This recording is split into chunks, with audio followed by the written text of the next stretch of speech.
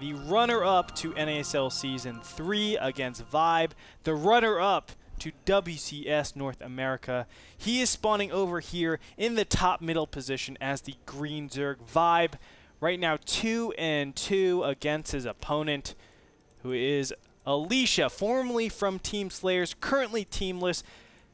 Guys, find a team for this guy. He is definitely deserving of one. He's spawning over here in the mid left-hand position as the blue Protoss.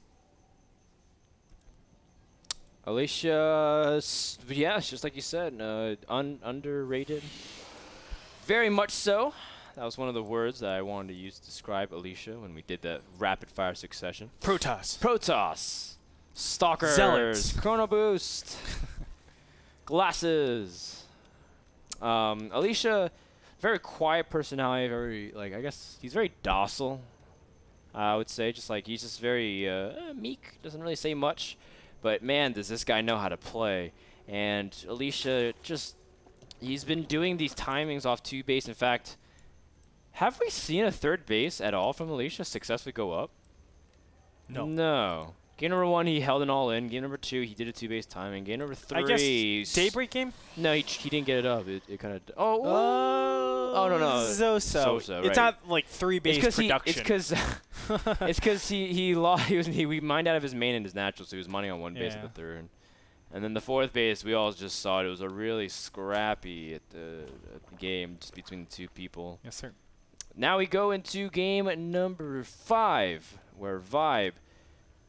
Well, he definitely wants to do well. You know, we always talk to him, and we always have friendly engagements. I got to meet up with him, had a nice interview with him for GameSpot.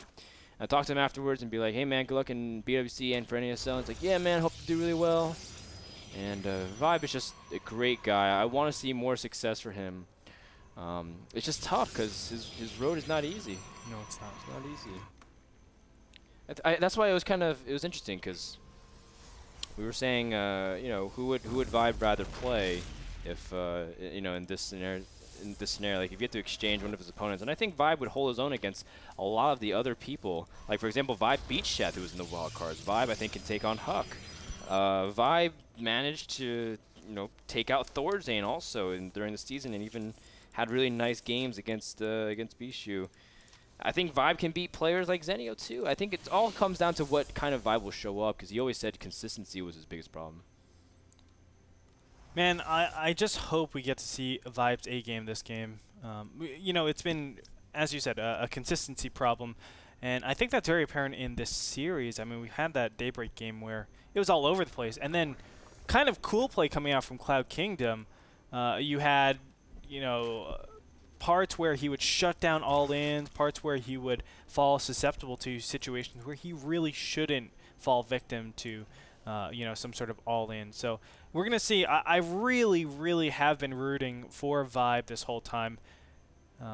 Hopefully he delivers this time around, but very standard play coming out from both these players. As you can see, Vibe not opting to put any gases down like game number 1 on Ohana. But he's definitely mixed it up, I have to say. I mean, this is a Vibe that we haven't really seen too much. Yep. He normally just stays very, very standard. Like, he was a big time macro player for a while. It became very predictable, and now he's changed it up. He went for a 7 pool into like Mutaplay, and then one game he went for like a Roach all in. Oh, and you can't really expect him. And he's also played that macro game. Vibe really needs to look at this Forge. Okay, the Forge is working. He should look at that and say, okay, well, you're probably doing a +1 timing. This is normally some sort of 4 gate. Now, I will do this time here and there in the beginning stages because you really need to keep an eye on this Forge. You can actually start the upgrade, and as soon as the Cybernetics Core finishes, just cancel it and go for a Stargate. And people can read into that like 4-gate pressure, because why do you need +1 so early? It could be a 1-1 timing, but you have to prepare against... Yeah, exactly. You can go Stargate, Twilight Council, Robotics Facility. You definitely need that gas.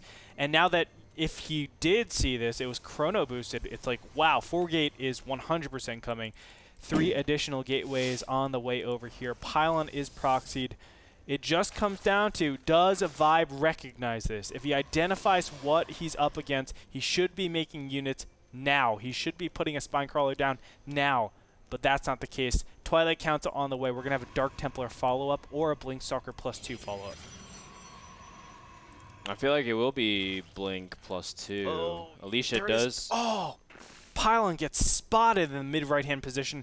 Make units. Spinecrawler goes down. Beautifully done. 2 Spinecrawlers go down, Frodan. Ooh, yes. And that's gonna just prompt Vibe to be very, very defensive until then. Meanwhile, Alicia still saving up a lot of gas. It might be Dark Templars, but I really still think it's going to be like a big blink attack. Stalkers are warping on the low ground, and Vibe doesn't have the Spinecrawlers finished just yet. Drones have to buy a little bit more time, but Zerglings pop out just in nick of time to stall. The Queen's getting very low. Vibe trying to salvage them. The Stalkers get surrounded as more Zerglings are coming in. Again, Vibe with a very late Roche Warren playing a little bit too greedy, but the 2 Spinecrawlers do finish. Is it going to be enough, though, Frodan? The 1 Queen actually gets picked off. Additional Zerglings are going to get in here, but remember that +1 actually serves such a huge purpose over here. Additional Zealots being warped in. Goodness. Frodan, this is it. It's over. GG, good luck. Alicia takes game number 5. Oh my goodness.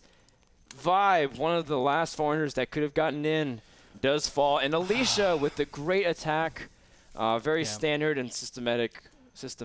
Wow, that's why you need to keep Zerglings directly outside of that forge. You need to see, is it being chrono boosted? You need to constantly check that, because you can't afford, tech +1 warp gate and a stalker. It's impossible. You can't get 200 gas that fast. You need to. It's like it's going to be maybe 30 seconds later.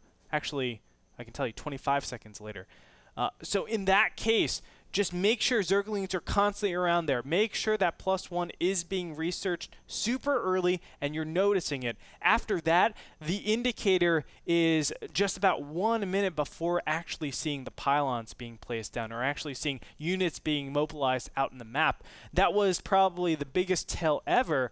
It's just that one little slip up. He didn't see the forge, and you don't know the +1 timing is capable. It doesn't necessarily mean he's going to use that, but you need to at least defend against it. The journey is over for Vibe for Season 4, but congratulations to Alicia as he now advances to the round of 16.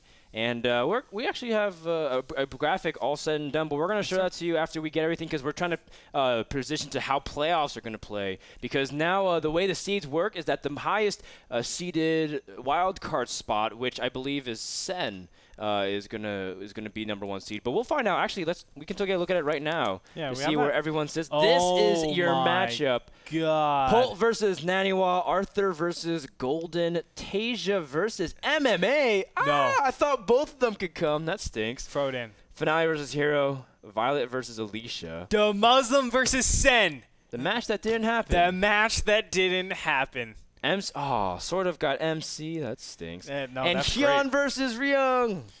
That's gonna be the fun. That's gonna be the most annoying thing to cast. It's gonna be like Hyun. I mean Ryung. I mean Hyun. What's the finals you want to see, Frodan? Hyun versus Polt. I'm just very straightforward with that, man. It's gonna be a TSL finals, or I would be okay with MC versus Tasia or something like that. I want to see Hyun versus Naniwa. It's a tall task for Naniwa, but I would love to see that. I would like MC or Tasia too. I would actually like Violet versus like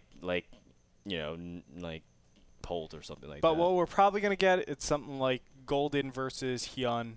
What other Zergs are on the top? Violet versus... Actually, we don't have that many Zergs. Oh, wow. So we have a really good chance of not having... Our race distribution is actually pretty good. I'm looking, I'm like, wow, where's all the Terrans? I see 3, 4, wow, 5. I'm like, not bad.